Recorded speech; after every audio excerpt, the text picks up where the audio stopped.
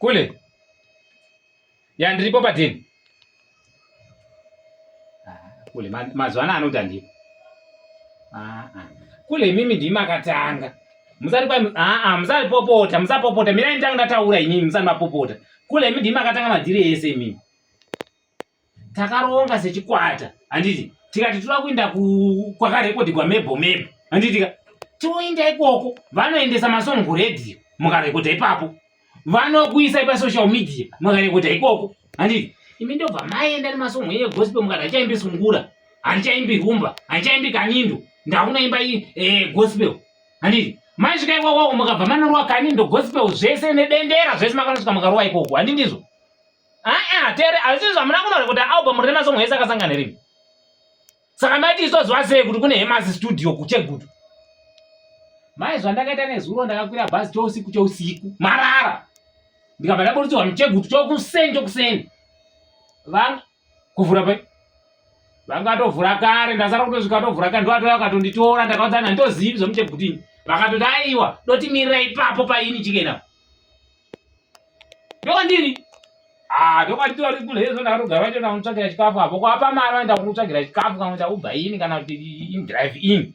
Wotsvagirwa chikafu wotorya. Izvezvi tine collab yatira kutoti tite.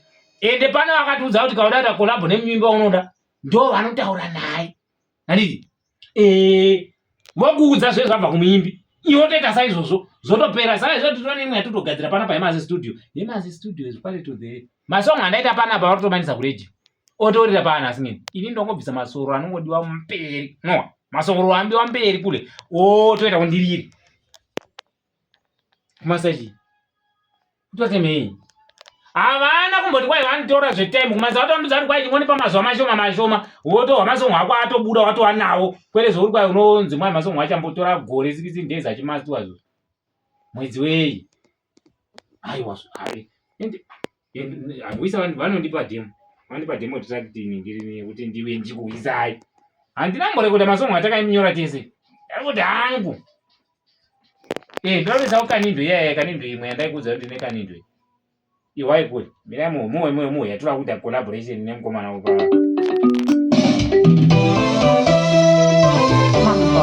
Hemas.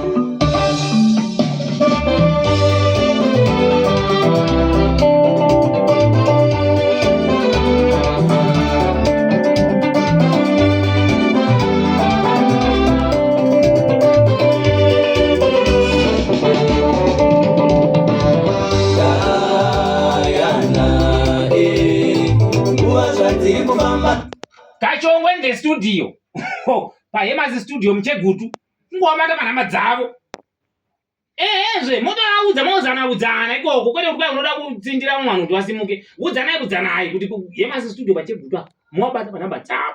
Handimozo mwabata panhamba dzavo kawane hapana magetsi kuita kupi pane mabhatiri. Handina kukuradza vane mabhatiri rekedza ndimbotora foto kana ndouya nekambudzi kangu muone mabhatiri ekuti kana magetsi akadzainda magetsi anenge aripo pakuenda kwaanenge aita ipapo.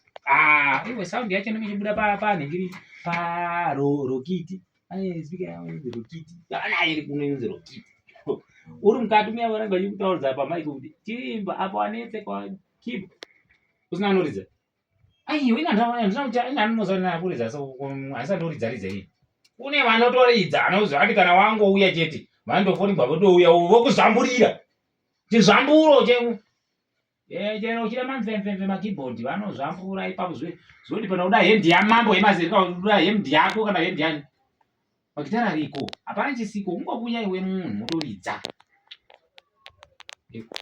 yavakuya vari zestudio kuti ndangogara pachia pavanhu chizanzibai